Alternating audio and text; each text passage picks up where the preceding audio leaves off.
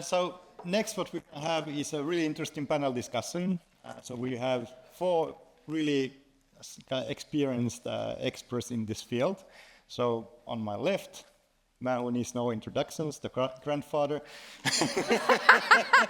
Bit of a great beard. So Mark Sticktorn. Then we have Martina Francella, who also has been presenting today. And then we have Yves Van Brande from Orange Business. And then we have Jane Vita from Metso, like really experienced service design as well. We will have a set of questions and topics which we will be discussing with the panelists, but we will open up the questions also for the audience in the end, unless we run out of time, which has been a theme of today.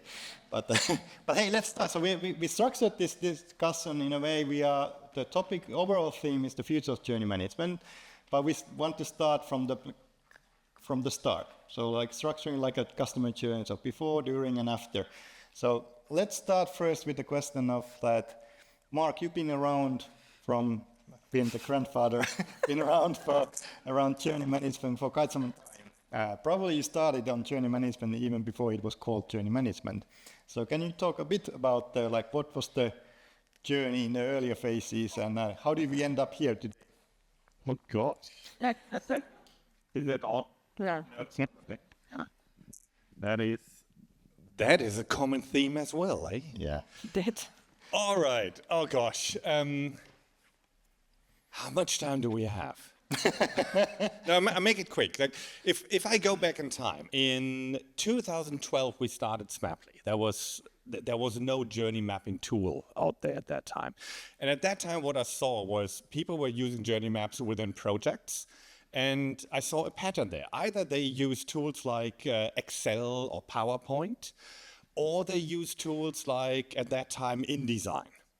And InDesign created beautiful artifacts that no one ever touched again. And that was the opposite of what we actually wanted to achieve. Excel was ugly, but it was accessible.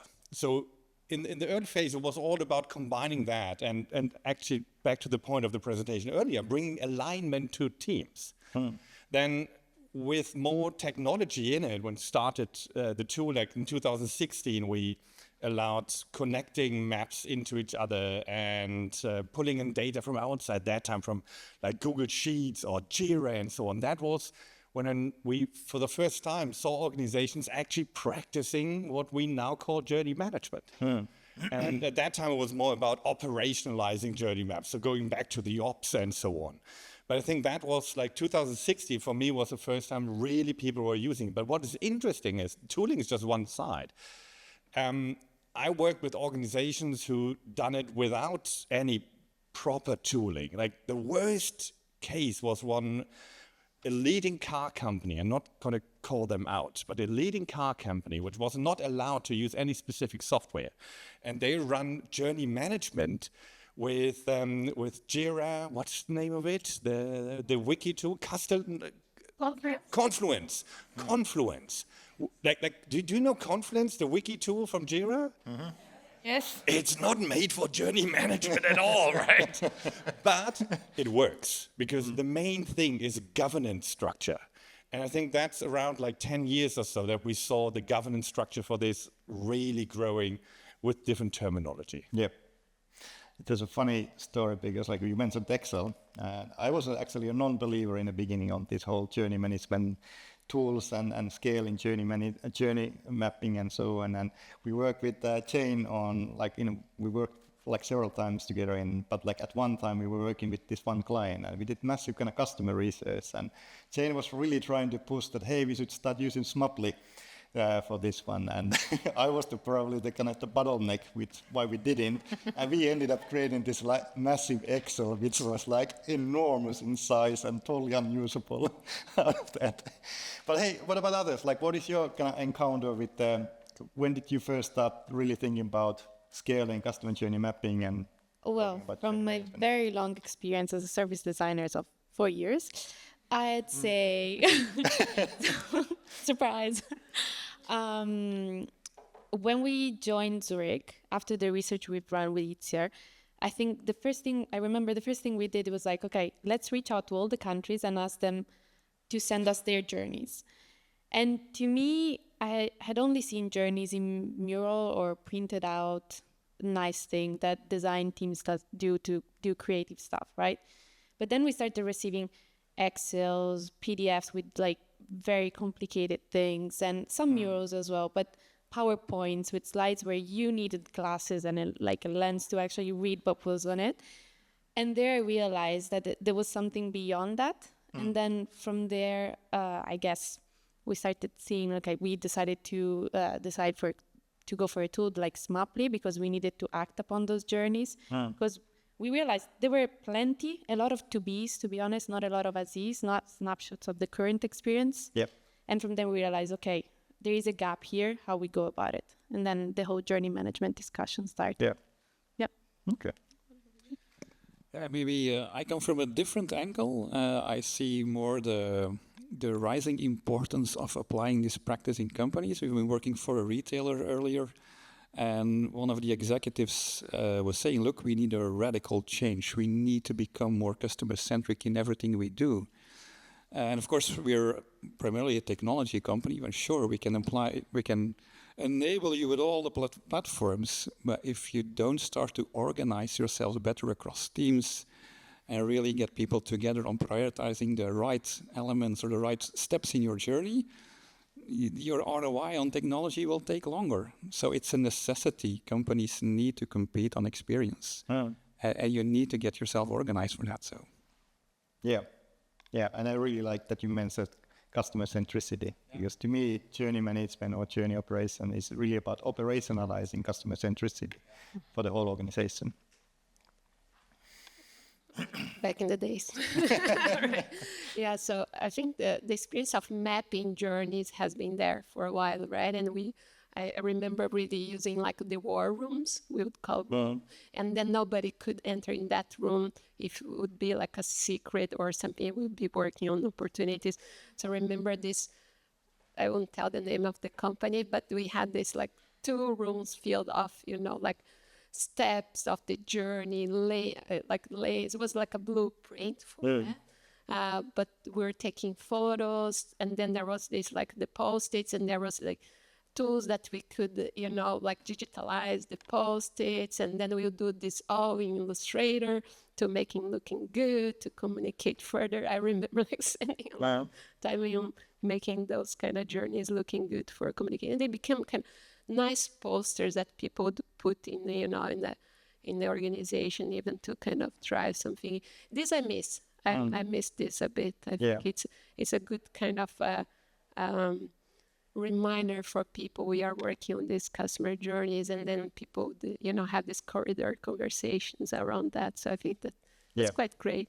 And then sometimes they're like really like art pieces. Like we had like a really good like a illustrator who like hand draw the like on a black canvas like with the white marker, and like it was like amazing to look at. Not most functional, but like amazingly good looking. Yeah, so if we move forward towards our next questions, I would like to ask you two ladies those, maybe because you were also illustrating that today in your presentation. So how organizations are using journey management right now, and what is, from your perspective, the biggest challenge? So I talked with different organizations, and I see it used a lot by digital teams, or where you have product teams. In our organization, just a clarification, when we talked about markets, we were talking about countries, right? We have different business units in each country. So for us, it's gonna, like, the biggest challenge is being so decentralized and not being able to mandate, and each country has different legacy systems, different rules, different products, different cultures, because the culture is very important as well when you do this, is what is making it really hard to go between, okay, we want to standardize, as Heidi was saying before, and we want to do something that gives them enough context to make decision. So I think that balance from the headquarters is really challenging. So if I may resonate on that, so would you say that you would have like a centralized center of excellence, if I may say, and then you leave quite freedom for the different markets or the different country to adapt that excellence into their specific customer needs, which might be very much related to their culture? It does take time though, and we are a very small team. And I've done coaching with the countries, and we have those weekly coaching hours, right? And those are like, sometimes they use them, sometimes they don't. But it took us like 9 months to grow the maps into something that the business teams wanted to use repeatedly, right? So this is also time consuming. And when you're like 2 people, now we're 6, but we were, no, 5, but we were 2 people, it gets a bit tricky, right? Thank you. Would you like to answer? Well, from our side, I have worked with Martina, and it's and you, it's before, so I understand like a little bit the setup, which is a bit different from like the perspective I have now. So we don't have design teams in the other parts of the organization in the market areas. They are very business led and then also engineering led, which make us quite a centralizer of the knowledge on that, and at the same time, it's difficult to enter because we don't have like much advocates from the market areas and more like a commercial, and then the interests is they are like a bit different, but in a good and a bad. So in the good that we can actually initiate the practice and start kind of doing pilots right away. So we do within projects, we already incorporate a lot of all the customer journey management, and we do opportunity management through those projects we are working. And then, of course, it becomes quite, let's say, on us to push this initiative further, because we need to do the foundation at the same time we are doing those projects and moving forward.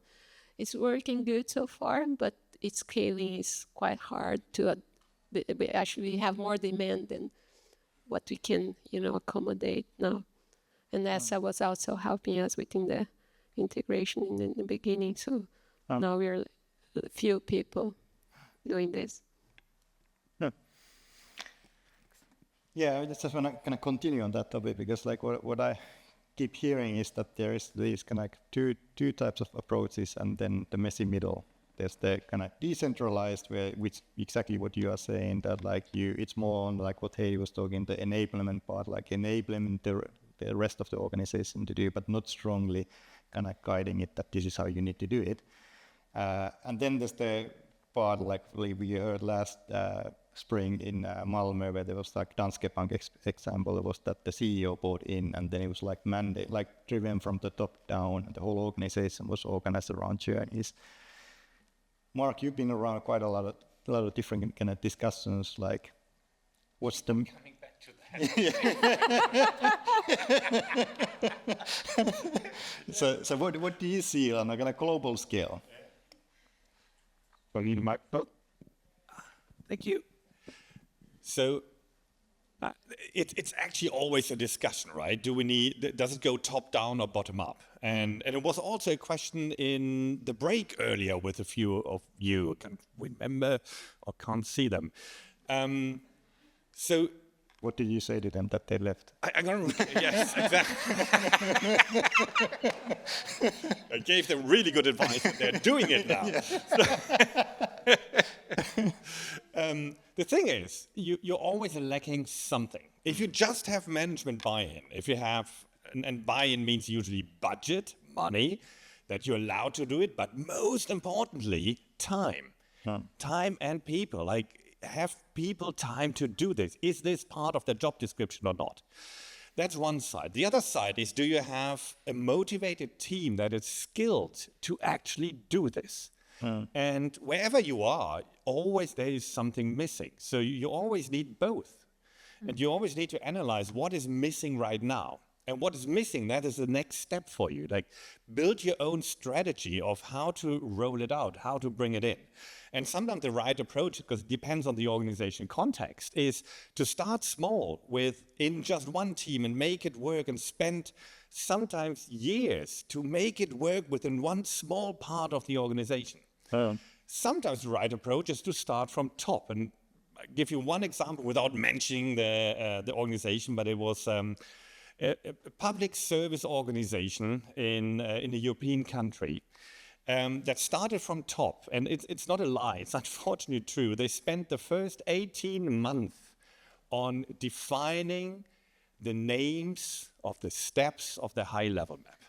18 months, because it's such a political thing. Mm-hmm. Everybody got already their maps, everybody got their namings in line and so on. And if you start on top, sometimes you get stuck within politics. Yeah. And you don't make any progress. So analyze your organization, what is missing, and then move towards it. And one last tip, sorry, I could talk for a long time, but don't focus on a project where you can have the biggest impact. Focus on a project where you can have the fastest impact, the fastest measurable impact, because that gives you the story, the success case to convince others to buy into this. Yeah, I really can and I made the mistakes in the earlier phases when I was helping organizations that we started too broad and we didn't really go narrow. And the problem with that is that it takes time before you're going to actually show anything. Yeah. So maybe actually, Mark, still. We've talked about two kinds of things today, and I think there might be also some mix-up, but I like that we're open in different definitions, because I don't believe that there is one way to define, but we should be more here as service designers, are translators, being able to speak the language of the design, the business and the technology, and also facilitators, so of enabling the change. But what would be your take on journey management versus journey orchestration? Like, we've tried to discuss those two, but I would really like to have your take on that, and then move on to Yves, and of course you can also answer. Okay, before I answer that, there's one general thing we all need to agree on work against, and that is, let's not build more silos in organization. Like, I work with some organizations who have a team for design thinking, service design, CX, innovation, and a few other names. And they all fight against each other for budget. And the worst case, again, not going to name who that is, someone told me, we're in the service design team, we're not allowed to use the term journey map because journey map is owned by CX. Okay. That is the result of all of that crap. So when we talk about terminology, I'll keep on coming back to that with my clients, because terminology is so important to agree on what resonates in your organization, how you call it. It's my take now on what I see often used. The service, like orchestration, is often used rather from like a channel perspective, from a marketing perspective. How can we orchestrate our different marketing and sales channels, and which message do we send through which channel at what time? And like, for me, like, journey management is more on the design side. It's on the one hand understanding, giving research more structure, aligning it on different hierarchy levels and moments in time and channels, and then take decisions on how to move forward, hopefully with a vision of where you want to go. But it's less about at which moment do we send which message. Like, it's very operational, very tactical for me. I agree. And I'd say, though, journey management, it does give you a plan. You could have orchestration without journey management, but you might orchestrate the wrong journey, right? So I think we got a mandate to create like a journey orchestration like system.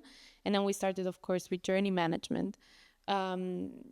Because otherwise you might just be improving or running on something that from the beginning it doesn't work. So I think it's really important to have them both and to consider them as one if possible. Yeah, I relate. I'm indeed, I don't know why, but the entire day I've been thinking about teddy bears. And so maybe the way to explain, or the way I see it, is that with journey management is a more holistic approach and offers a more holistic view to help you find the right priorities and help you assess the magnitude of a pain point. Like, do I need to recover only one teddy bear, or do I need to recover 1 million teddy bears? So that brings, you need to think about industrializing and operationalizing at a totally different scale. And that's where journey orchestration kicks in. It's about being very consistent towards your customer across channels and streamlining the journey. But it's also to streamline processes between departments and collaboration between departments, because journeys are not only on digital channels. So it's the operational counterpart of, at a more detailed level, at journey steps, I think, where journey management is more holistic. And that is on that more operational level that automation kicks in. What my colleagues Leo and Jens have been talking about, you're talking about a different set of technologies that are really built to steer and recommend a customer or next step in a journey across a specific channel. So the difference between orchestra and yeah, well, this is what came to my mind. Not that I got prepared to answer this, but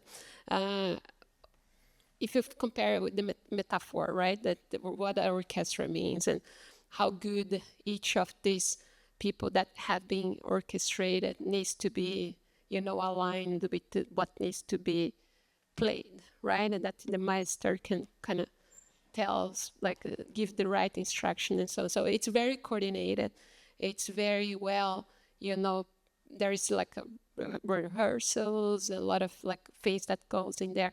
So if we think this as a two phases, right, and we have been talking that a lot. So there is all this mapping, understanding, and getting ready for the show, right? So I think that when we are ready for the show, I think this is where you can scale and do your own tour, let's say. So I think that's my take in there. So it's not either one or the other. I think there are pieces that it's when you can show and do the orchestration there, but there is a lot of work that needs to be managed, a lot of work that needs to be practiced. So I think that's my taking there. Very nice. I just would like to quickly react on what you said. I agree with you on the automation. I just want to clarify, journey management is heavily about internal processes, about teams, about responsibility, who is in charge of what. So all of that is a core part of it. Like, the whole idea is to align different teams and bridge silos of the organization. That is, for me, just really important. Like, it's not about just the customer perspective, and that's what we do in service design, right? Like, in service design, we work with the organization. We work heavily with processes, with teams, with who is in charge of what. How can we diminish handovers and all of that? And isn't that an operating model? yes, well, I often talk about that journey management is the operating system for customer experience. Like, that's what we use to really make it work in an organization. Yeah. Okay, good. Hey, the overall theme of this was future of journey management. So where do we think that now AI is entering into the picture? And if they can think about probably 2012 when you started building your first platform, it wasn't really about data integration. It was probably about more on building it for service designers to scale. Now, if you think about JourneyOps, it's not really only for service designers or this community, it's for entire organization to kind of really embrace. So what's the future of journey management? Where are we heading? Simple question, who wants to take that? Maybe I can speak from a skills and roles perspective, because when I started, I was a service design baby, I'd say. And I grew as a service designer, as a practitioner through journey management. And now I find myself working with senior service designers, way senior, way more experienced than me. And I see how some of the skills or the thinking that I've developed is different from, pass me the term, classical service design, right? So I think a new role is coming out of this. I'm not sure what that looks like, but we should keep an eye on it, because the skills that you might need are slightly different from classical service design, education and training. There's a lot of more change management, business acumen that you need to have there. A lot of selling, especially if you want to start a program, that you must learn. We did the hard way. So that's what I see. So a new role coming up for sure. And for AI, I'm happy we didn't talk too much about AI in this conference because it's everywhere. As long as a human is in the loop, for now, at least for the capabilities that AI has for now, for the bias, the hallucinations, I think we're good to go, especially when you need to start from scratch and you can just get information from out there. That's very useful for speed, especially if you have those cases where you need where you have urgency and you need to deliver fast for credibility and momentum. Yeah, and maybe some additional data for you to do the internal promotion and selling would help. I've been talking with many of you, and there's a continuous regret that there is a lot of data available in your company, but limited access to it, which is amazing. So I think the future of journey management can benefit to a more democratized way of working with your data.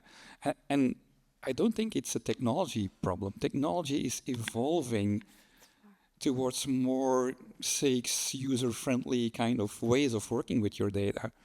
What I hear a lot is that, we have a lot of data, but it's in our data lake. Yeah, okay, but it's accessible by the 5 talented data engineers in your company, and they're always overloaded. But there are ways to solve that.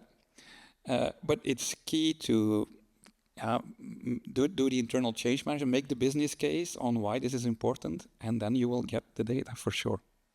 I completely agree. And that there's a lot of unutilized assets that the organizations have, that somebody owns that, and then probably it's like cursing because nobody's using it. But so that actually get access and make it actionable is the challenging part. There you go. It just said. So I see the next step for us, as community working on the feedback mechanisms, right? They have been there already. Or how customer-centric they are, because we have so many sources of feedback and so many things going on in different silos. How we integrate that into Journey so we kind of get the insights through different places. That the next elephant, right? We built that elephant, and then these perspectives in different kind of silos that they can be orchestrated in a sense, and then delivered as action points, for backlogs and development process, or even like to just say thank you for the customer. We saw your feedback. Here is like the person that was directed to it. So how severe, or how we keep this feedback creator in the loop as well, that they understand the progress of like what they have asked. So we have so many transparency to build and co-create with this like a community with the customers and so on, to bring that insights loop, into the journeys. And of course, not necessarily need a journey for it, but Journey is a great place to see that all evolving.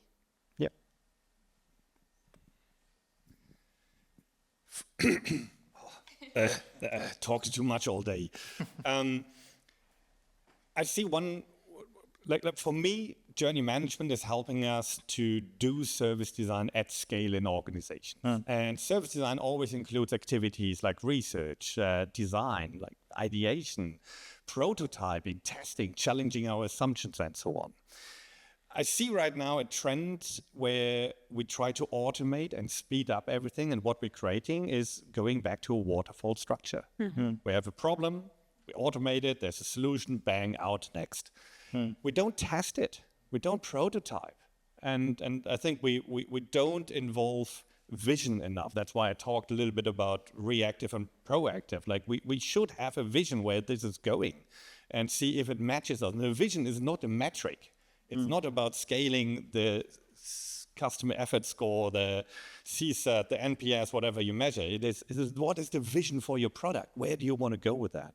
And for me, this is really important, that we don't fall into the trap of automating everything. And AI, of course, helps you to speed up things, but it shouldn't automate things. We should see it as a co-pilot that helps a human to do things faster. But in the end, you need someone being responsible for it, who takes charge of it, and who maybe speed up through AI, but still take in the end the decision. Yeah, I think the whole usage of AI the risk is that we become so lazy that we don't really have that, we don't spend enough time with the data to really understand, and we just live with what the AI gives us. And I think the thing is not to speed up and have less time with journeys. What we should use AI for is to have more time with journeys and the underlying data and research, and see it with our own eyes. We should never forget about how important intrinsic knowledge is. Yep. Intrinsic knowledge that you gain from being out there with customers and see them failing, doing something. That is really stuff that can inspire you to come up with really new stuff. Yeah.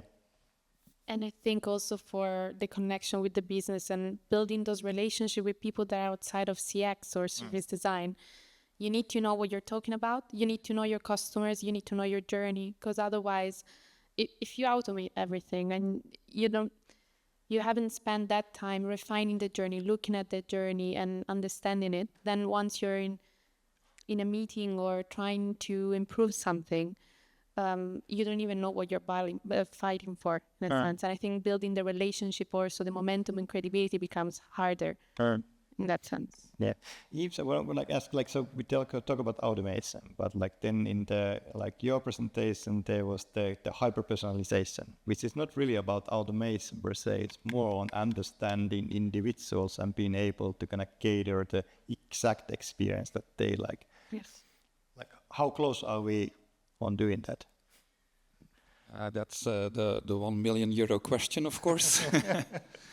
I know actually only a handful of companies that are on that level, and they have been started to do that even before the current AI wave, and really have taken an outside-in perspective. Why? Because they were being forced to. They saw that their traditional communication and marketing tactics were no longer working, just pushing all sorts of new products and offerings to a random set of customers. It was not really doing the trick. So they basically decided, okay, we need to be more customer-centric and see where we can help our customer not buying more product, but to, well, in their context, be more healthy, avoid risks, and so on and so on. Oh. And that is, for me, a more holistic approach to personalization. But it's not only I would say the business tactics or the sales tactics around that. That company that I know, they have also been putting in place a well-oiled organization and governance structure, putting multidisciplinary teams together. And basically adopted this very much agile-based release planning of continuous optimization of their journeys based on deep insights on what journeys have been working and what do we need to change. So it's mindset, it's organization, and they have, even before the AI wave, invested a lot in bringing together highly qualitative customer data. Yeah. But it's only a couple of companies I know that are on that level. A lot of others are aspiring that. And that's the paradoxical thing in the world of AI. When you start to think on what is possible, yeah, a lot of things are possible, but you need to have those foundational items, sales, tech stack, data, and governance and organization, your operating model in place, or you will not really, have a scaled ROI. Yep. Okay. Yeah, I think data without intention is like data, right? So I think that's also like how you present that data and how actionable is the data is the human doing here. That, okay, how I ensure that this data that I'm showing has the loop, right? So I asked the co-pilot to do a dashboard for me. It doesn't work well. You can try. I need this and this and this data. Please give me a dashboard. Just to try out. Of course, then there are other tools that can really give you a good dashboard. But then what is in there is meaningful. We really need to give really, really good guidance and write prompts to get something meaningful from those. But for us that are experienced in that, to give prompts that make sense, it's, I would say, that rather easier. So we speed up a bit of our work for sure. But I'm really, I don't know if sorry or, worried about like people that hasn't been in that field for long and what they are going to ask, what are the prompts that they are using. So that's my... Hey, should we, I think we have 5 minutes time. So maybe we open up the question from the audience. One question from the audience or topic. Okay, very good. Anyone? Just teasing me. No pressure. Well, I can try to make it quick, so we have time for 2. Sure. I loved that the operating models came up in the discussion. We talked a lot about operating models and tech operating model and how to integrate customer centricity into that. But then if we think it's roles, like we have CTOs and CPOs is a standard in every single organization, and those are usually the roles that set the vision for the operating model. So why do we have so few chief experience officers? And how far are we of getting those into place soon? Who wants to take that? Yeah. I think it's even worse than that. We have many CXOs, but then look at if they have budget. I often see a CXO in a similar position as a chief sustainability officer. It's a role we have because we need it, but if you don't have budget, they have no power. Budget is how organizations express their love. If you have no budget, there's no love for it. Yeah, that's your story. Yeah. I think from what I've seen, I've seen few chief experience officers. Why they never come from design? Like I've seen very few C-level people in terms of the customer experience with a background in design. They often come from very different, like engineering, marketing, or customer service, operations, but never from design. And I was wondering, I asked myself that. I have an answer. Yeah, why is that? Because it's a good question for us as a community. I think for me, I'm sorry to be the party pooper. We're almost closing. For me, it's very, very, very important that they have 2 qualities. They talk business, and oftentimes, sorry, but designers are not the best at that, and we've talked about it extensively today. And the second one, they need to be extremely good politicians. And designers love fighting, right? They love fighting. We fight about the terminology, we fight about the data. No, but that's true, right? So I would say, one of the luckiest in my previous work. I reported to a chief customer officer. She had worked, I don't know what's the term, for the Ahtisaari association. So she had the political aspect, but she could also understand designers because she comes from sociological background, but she had a very good way of talking to business. So always having the business case. She started very small, and now she has 600 people under her.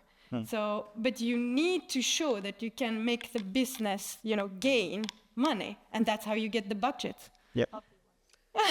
Yes, sure, you can become one. I actually have maybe we came too late into the game. I think that if you think about organizations, because you always have a split in technology. And I remember, like, back in the days, design can be technology. So you need to design a phone, you need to design. So we were part of the tech. We were like design, business, and technology. And then suddenly design became customer-centric. I was like, well, customers should be in the middle. And we all, like, going around. I don't know how this turned into that, but design as such is advocating for design, for quality, for a lot of this. So of course, if you are jumping to the business bubble, right? Your business, right? You can, of course, work in this intersection in between business and design, which give you this balance. But we should always have someone to praise for this quality. So I think that's also where you stand in your. But then you say, okay, if there is advantage for the company to have a strong design quality and thinking, where design, we know what we're talking about, consistency, collaboration and all that. So if you really want to be very strong on that, better to be a designer. But if you want everybody looking at the business side, there's no one challenging that part. So I think we just enter in that circle of like, maybe, I don't know if you can call that oppression or whatever, but I think we need that. We need that strongly in the stand for design. Okay, good. Unfortunately, we are out of time for the panel discussion. Let's hear it for our panelists. Thank you.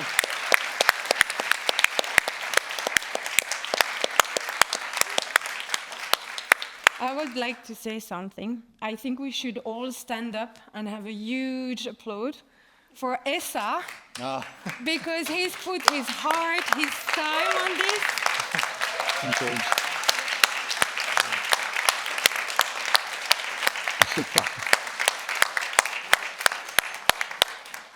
Thank you. Thank you all. It's really an honor to organize these events when so many people are interested and turn out here. And I really want to thank our speakers. Without you, we definitely couldn't make these events happen. So thank you for many of you traveled quite far away from here, all the way to Stockholm, and it's not even summer here. So thank you for our speakers. Thank you for our sponsors who made it possible to make these, we try to keep this always free so that everybody can attend. So thank you for our sponsors, Smaply, Lean Lab, Orange Business. And thank you all for coming here today. I want to leave you one last few words before you go from here, and hopefully you start your own initiatives tomorrow. If you think about what we heard today is that, for instance, like Mark was saying, that start small, that don't try to eat the elephant as a whole, but start small. And to continue that, what I would love to say is, well, first of all, I want to ask you all questions. So who do you think should own the journeys in your own organizations? Is it service designers? Raise hand who thinks it's service designers. Are we talking about the task or the journey?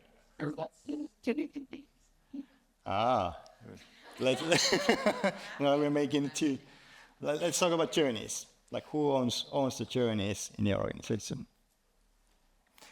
I'm really happy that nobody raised their hand when I said service designers, because it shouldn't be us owning those journeys. We are integral part of creating those journeys and supporting.